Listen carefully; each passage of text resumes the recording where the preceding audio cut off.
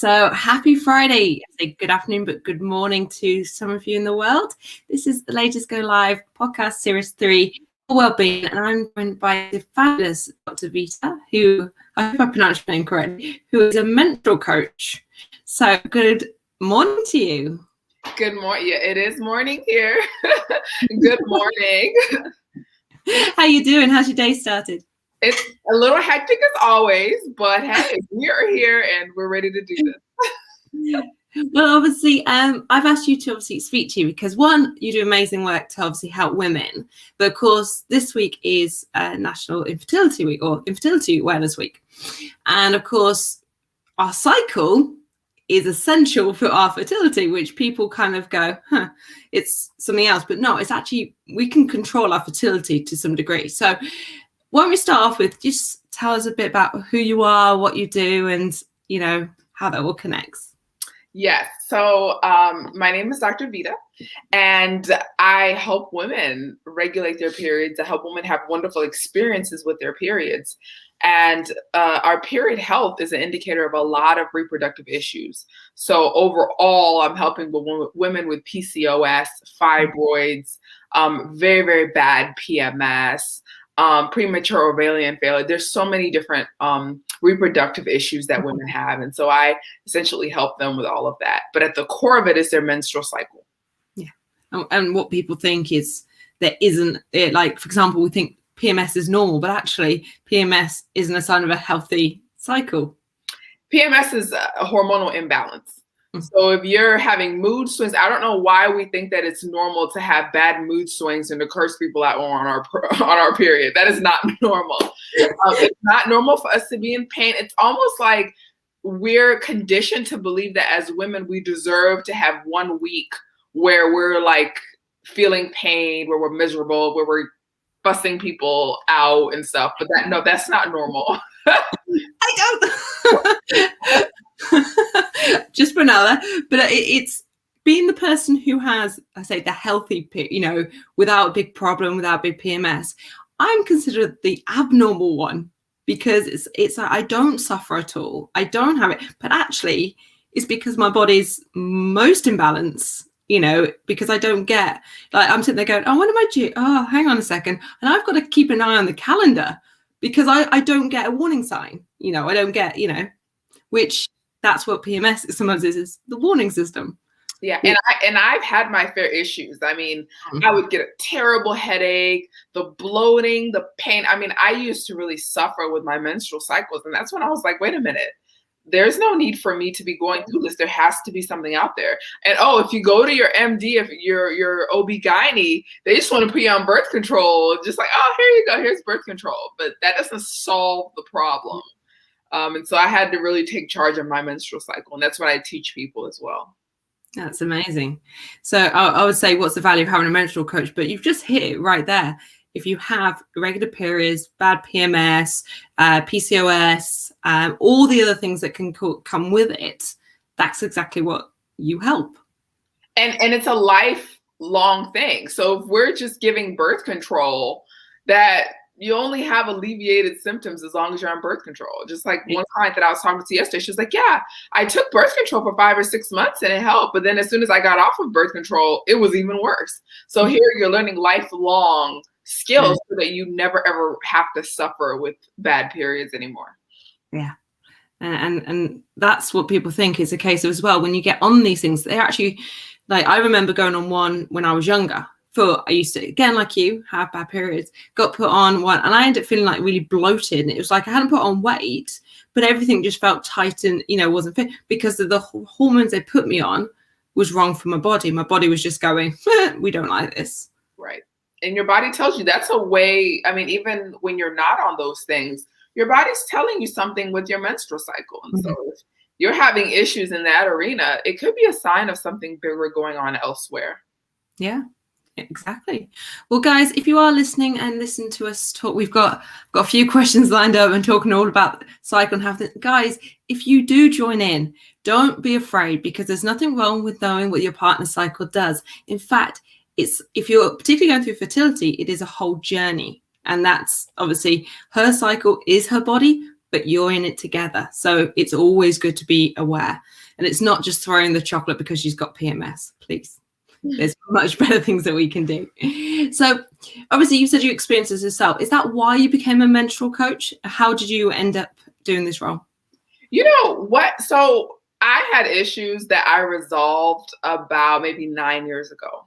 And so it was never on my radar to help people with this, just because our culture is just so quiet about menstrual cycles and periods.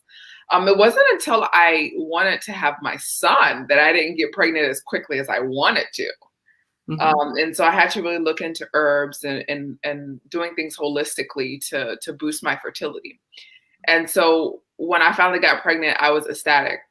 And when I held that little boy in my arms when he was born, I was like, I have to help other women that are having this issue. I just can't imagine my life without him. And so that's when I said, you know, when I get off on my feet after having him and the crazy nights, the long nights, I'm going to figure out some way to voice my journey on social media. And so then that's just kind of branched into me helping people. And so I've always given people advice on menstrual cycle, just because even when I was in school as a student, people would come to me with these issues. And that's when I was like, you know what?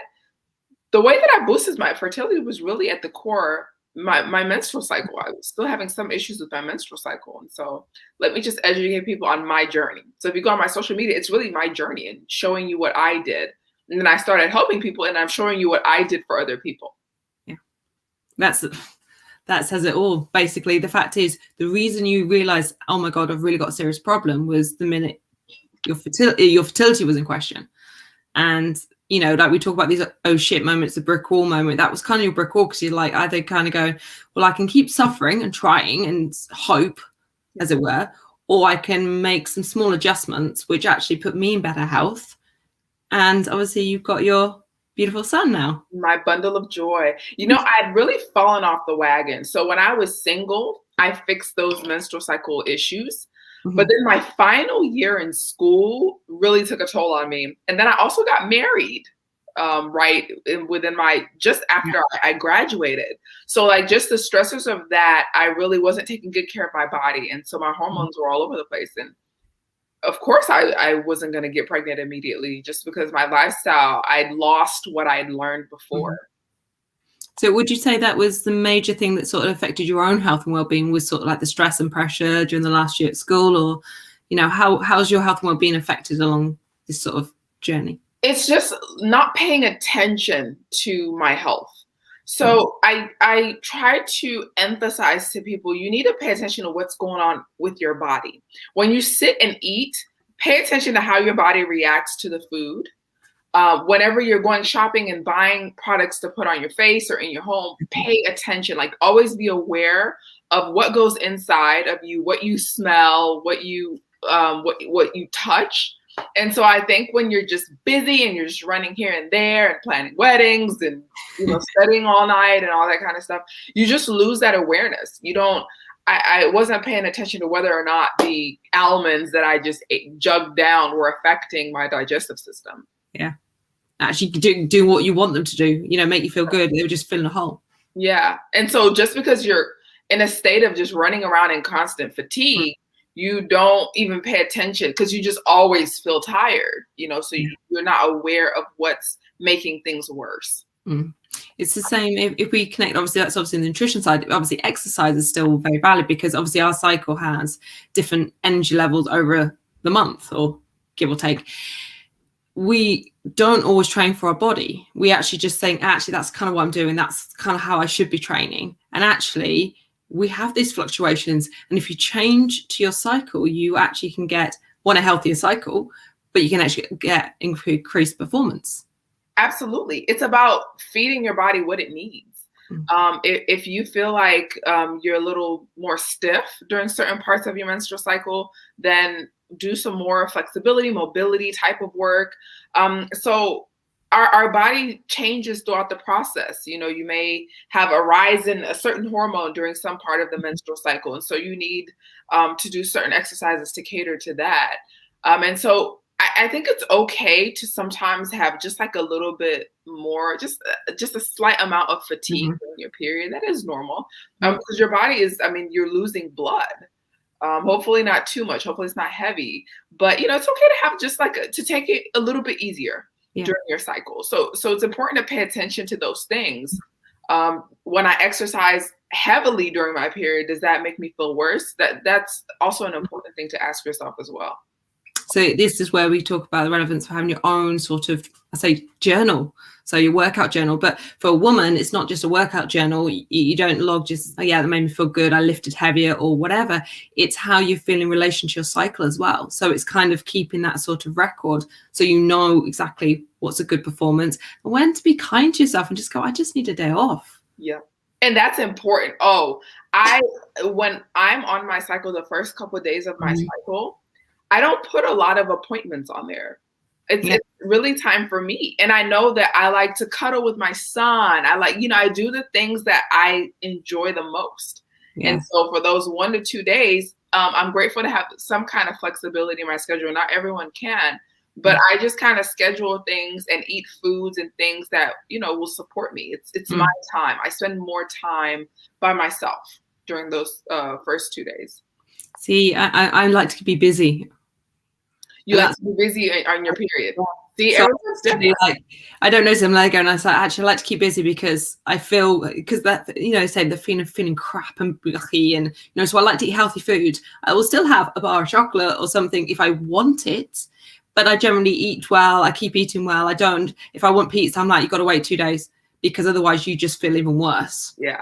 So it's yeah. I can have cheat days, but if I have cheat days during my period, I just feel so bad. Like maybe towards the end, but the first couple of days I feel really bad. And it is that. It's because the way you're sort of feeling, if you add to it, you then just feel worse. And that's when you get the guilt and all these sort of things. And it just makes you feel, and then of course it goes on for longer because then you're like, oh my God, I've been so bad, or you try and make the excuse, well, it's my period, it doesn't matter. Or like, oh, everybody has cravings during their period, or, yeah. It's normal. And there isn't, there is a level of having a change. Yes, we will change, but to have a huge cramp, bad headaches and all this, you've got a serious imbalance. There's something going on. So you shouldn't be miserable. Of course there will be a change, a slight change, but it shouldn't be like to where we make it normal for women to be punished because they're on their period. No, not at all. In fact, count as a blessing. Right, it's a blessing. It is a blessing because there's so many women that I work with that no longer have periods. And these are women in their 20s and 30s, and they wish they could just have one more period so they can have a child. So once you get that period taken away from you, that's when you start to appreciate your menstrual cycle. Well, I'll make you smile as well. From yesterday, we were talking about the fact I was having you on. It was Infertility Week.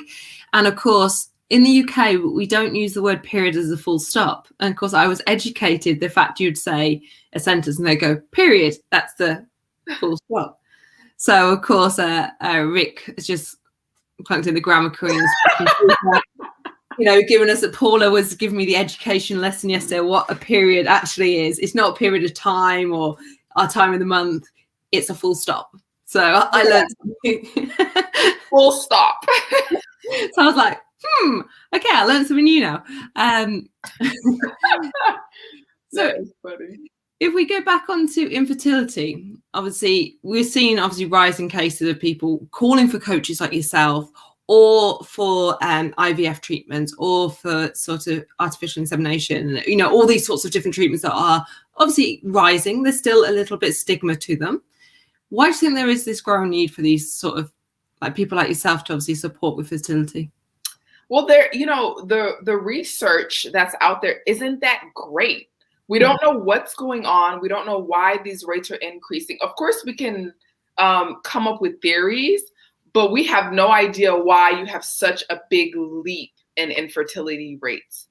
And so we need to explore all options, right? So if you go into your OBGYN, there's not more that your OBGYN can do. They will refer you to a fertility specialist here in the United States, at least.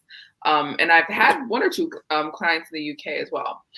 So fertility specialists are limited as well. They don't have that one-on-one capacity to work with you on your diet, to work with you on food sensitivities and allergies, and to like look at your lifestyle. They are giving 10 to 15 minutes with you.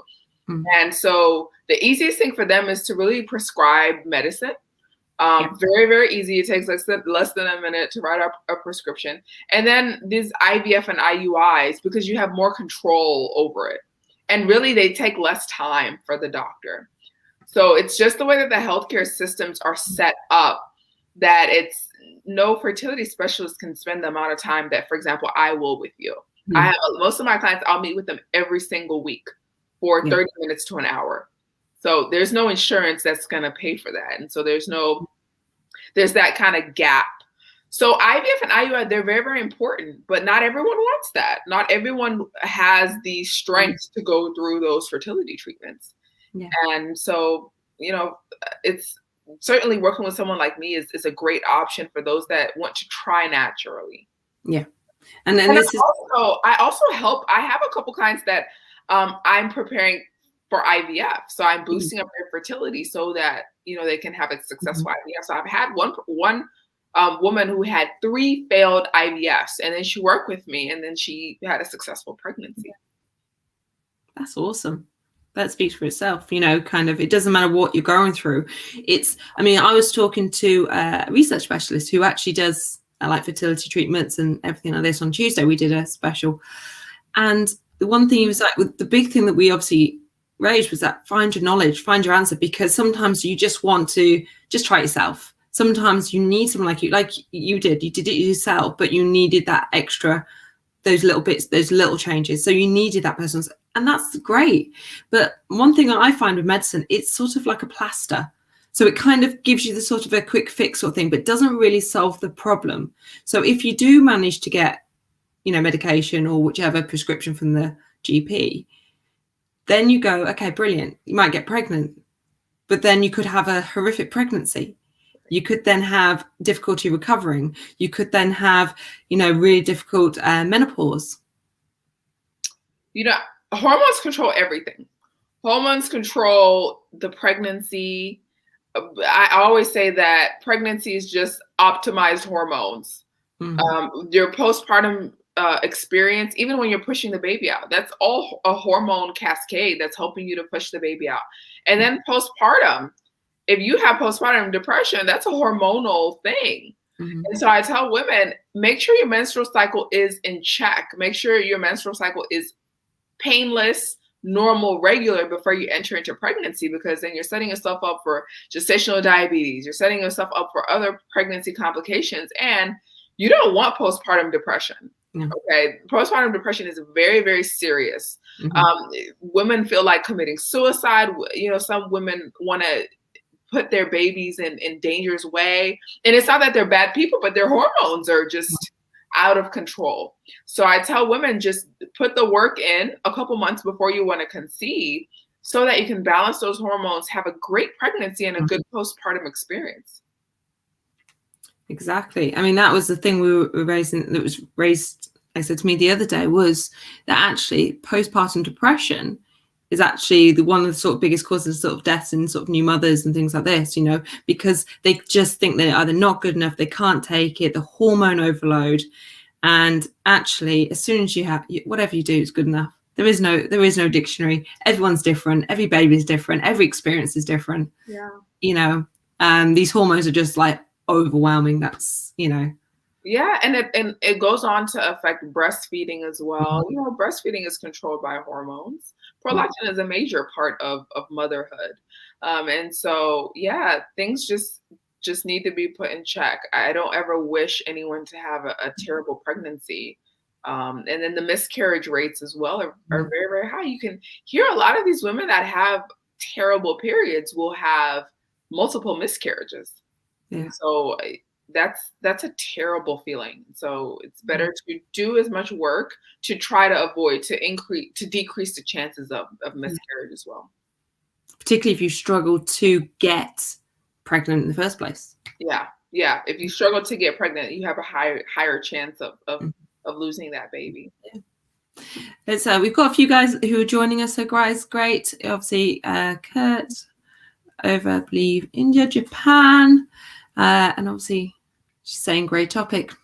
We know it's a great topic. It affects everybody, whether you're male or female, because you either live near or with a woman or you are a woman. You come from a woman. Yes. It's something that hits us all. So let's go into look at the last 12 months, because obviously the last 12 months we've had such a roller coaster. You know, if you look at relationships being tested, you know, single people obviously struggling and all these sorts of different things. How do you think the pandemic and has hit in terms of fertility? Let's get my words out. And what do you think is going to be what we're going to see? Are we going to see like a baby boom in the future? Are we going to see lower levels? What's your sort of thoughts on that? No, I think the pandemic is we're going to see spikes in infertility. The pandemic severely messed with people's menstrual cycles. I'm actually going to publish an article on my blog on this, but you can even do a Google search and you can see lots of women talking about how they had normal periods and then the pandemic hit and now their cycles are all over the place. And so the pandemic brought a lot of stress. There's no doubt. Many, especially women, lost jobs. And so you lost a job, you're in this kind of isolation. A lot of people lost loved ones. And so you're also changing your eating habits. So some people were not able to just freely go to the grocery store. So eating habits definitely changed. I predict, and it's not that I'm hoping for this, but I predict that we're going to definitely see a spike in infertility. Well, I'm going to touch wood. Luckily, mine has not been affected. You know, although I've seen stress and experience, that's one thing I can say. I'm touching wood. Great. I think it also depends on they need to do more studies about this, but certain locations were really badly affected with the virus, and you know, people lost their jobs. I think it also depends on the industry that you're in as well, and it's the pandemic really hit hard, especially where I live. Yeah. I mean, and you just hit on the big thing there. Obviously, stress is a big impact on people's mental well-being. So we can talk about this in two ways. Obviously, the impact that mental well-being has on fertility, and also in regards to fertility, the fact, you know, obviously you experienced it when I'm trying to have a baby, the mental well-being, how much stress and pressure that again puts on you, you know. So let's go from the start. What sort of you know, obviously we say it puts pressure on. So does stress directly correlate to infertility? Yes. So cortisol is a stress hormone. And so it's produced by our adrenal glands right on top of the kidney. And so this hormone is activated whenever we feel like we're in danger or whenever there's increased anxiety and stress. And so that puts us in fight or flight mode. And so this cortisol starts shutting down other hormones that are responsible for proper menstruation. And so that's what then leads to us having these delayed periods. So our menstrual cycle isn't functioning correctly because this cortisol is now saying, hey, we're in danger. The last thing we want to do when we're in danger is have a baby. And the last thing we want to do is lose a lot of blood because we need that blood to, you know, help us with our fight or flight response. Yeah. Yeah, you just kind of said all the hormones again. We're back into the hormones. So literally it's about that hormone balance. So when we talk about mental well-being, distressing, taking the time to meditate or find that self-care, it has a bigger impact than what you probably can see. There's stuff going on inside that people don't realize. And of course, again, if we go into the fertility, as soon as you think I want to get pregnant and I can't, it's the same responses, is it not? Absolutely. You know, yesterday I did a Facebook Live with a CBD expert. And I was asking her, you know, what does the literature say about, you know, using CBD for fertility? And she says, well, there hasn't actually been any proven like, okay, it boosts fertility, but what it does is it relieves the stress of it. Yeah. So there is stress in trying to conceive, especially if it doesn't happen right away. that waiting period after when you ovulate and when your next period comes, a lot of women report stress. I once asked in a forum, like, what's the worst thing about trying to conceive? And they say that the stress and anxiety of like, okay, am I pregnant this month? And especially after you've got negative pregnancy tests before, like you're just preparing yourself for something bad. And so that is really, really weighing in on women. So I've even seen situations where women had normal periods, in terms of regular, not normal, let me say regular periods. And then they start trying to conceive, but then they don't get pregnant within the first couple months. But then now the stress of trying to conceive will make their period irregular. I have seen that numerous times. And that's the thing, because people go, oh, stress, it doesn't do anything to my body, but they have irregular periods. It's like, actually, it's the stress that might be causing the irregular periods. You know, your body's going, what the hell? Yeah. I mean, like I said, the last thing your body wants to do when you're stressed out is have a baby. Your body will do its best. We as women have wonderful bodies that will do their best to protect a growing baby. And so whenever things are not optimal for that growing baby, your body does what it can to prevent pregnancy. And that's, I think, it's a natural motherly nature. It starts, yeah, even without your brain being part of it, like your hormones are, you know, they're already being motherly and protecting that future baby. Yeah, a fun fact I learned the other day was how our eggs start in our grandma. Oh yeah, they do. You like, know what? Okay, let me say this. So this is kind of off topic, but so I have also been looking into EMFs. So, you know, like Wi-Fi reception, things like that. Yeah. When I was trying to get pregnant, that is one thing that I was more cautious of. And so when I was more cautious of being too close to that, I ended up getting pregnant. So I have been talking to some EMF people, and actually in my laboratory, we're going to be doing studies on this.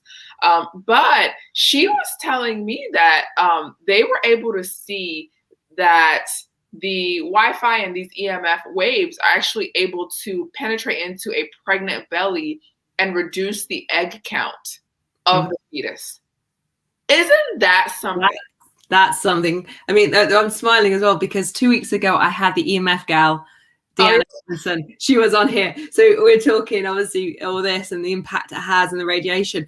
But no, that's amazing. The fact it can actually get in and actually, I say, attack your baby in a way. Yeah. So that's another thing to be cautious of. Actually, the EMF gal, her, she's like a distributor of a company. Yeah. So actually, the founder of that company is who I'm doing studies with. Oh, cool. Planning to do studies with. So yeah.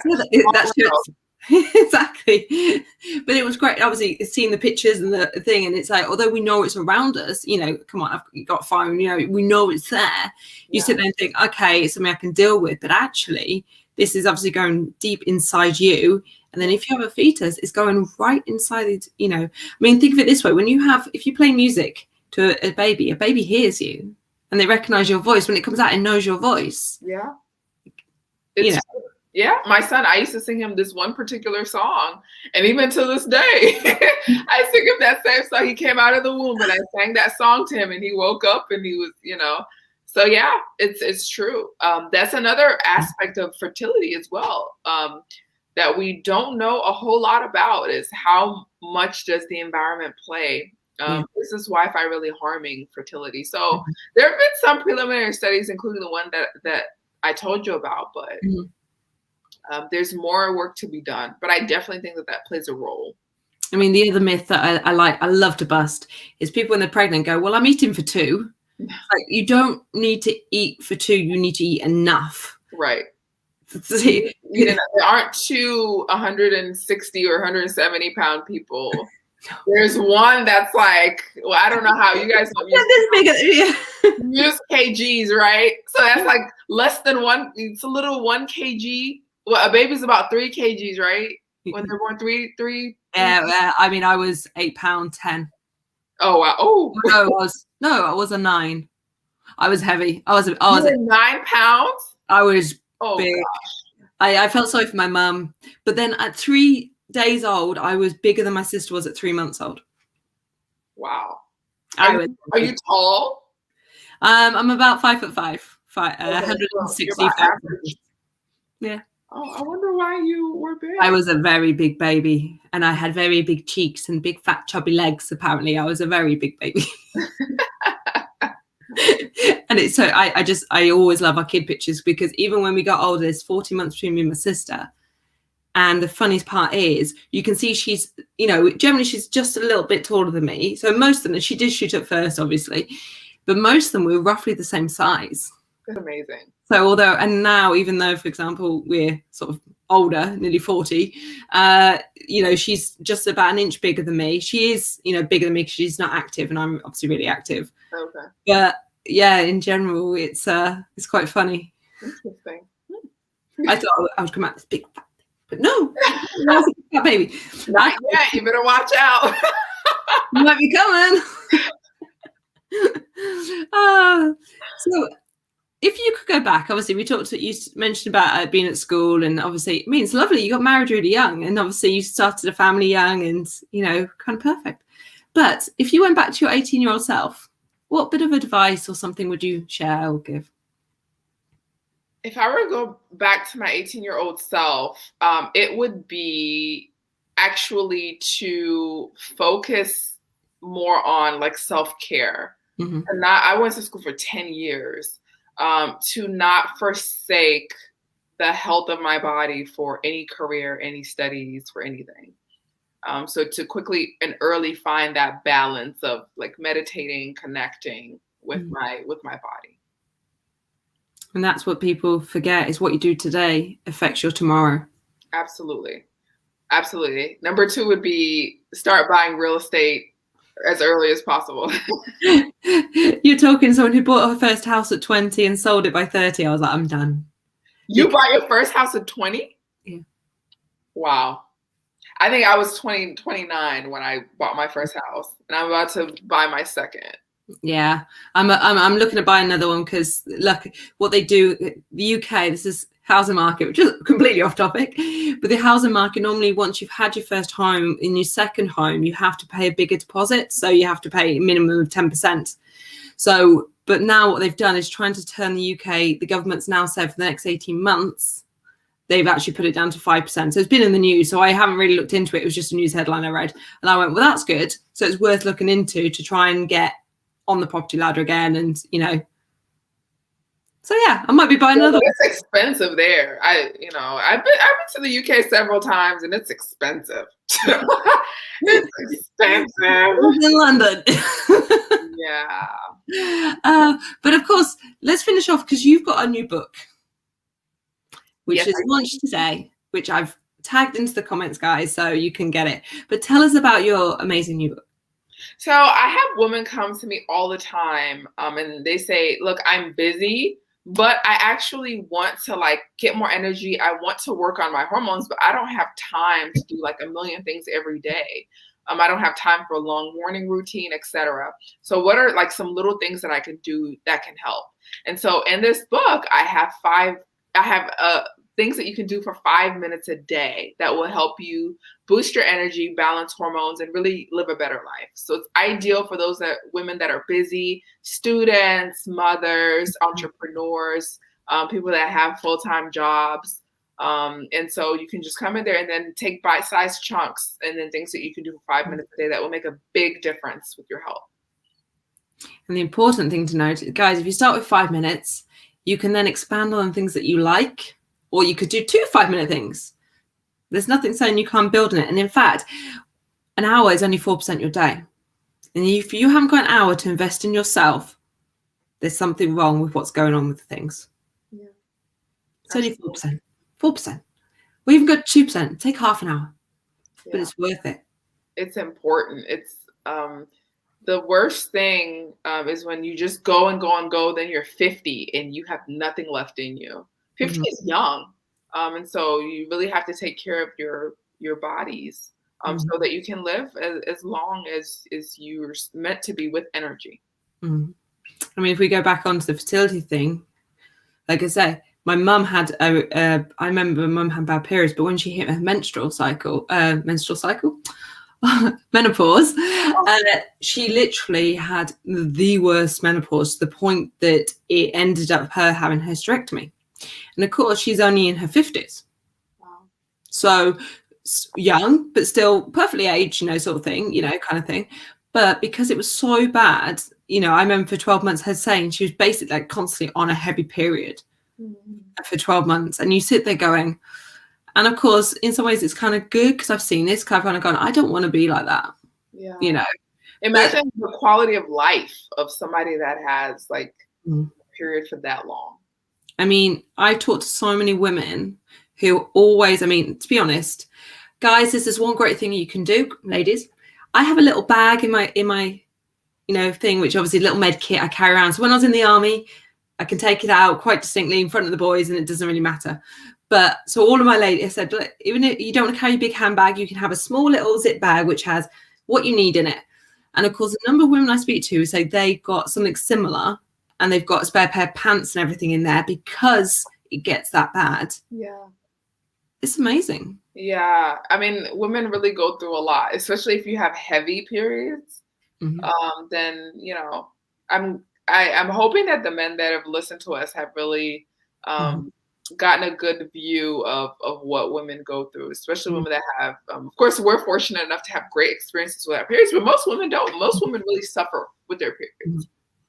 And in fact, guys, if your wife or partner has a really bad period, you don't have to go up to and go, you shouldn't have a bad, like, PMS, it's not normal. But if you know a little bit about nutrition that you can do to help prepare a nice meal that actually hits onto what she needs, support her with it, help with the journey. And of course, maybe if or when she's willing, have that conversation. But if you go up to her when she's in her PMS mode and it's a really bad mode, warning. Stay away. Stay away. But yeah, so obviously obviously you're on Facebook and you have this amazing Facebook support group, both of which are in the comments. Is that the best way to connect with you? If you're trying to conceive, yes, join my Facebook group. It's absolutely free. You can connect with other women that are going through different journeys. There are also women that want to get pregnant, so they haven't started the process yet, but they're preparing themselves to get pregnant, all the way to women who have been trying to get pregnant for a decade. Yeah. And so that's one way. If you just need menstrual cycle, like just tips and advice, my Instagram feed has a lot of good educational material and also some things to make you laugh a little bit. So my DMs are also open for Instagram. Fantastic.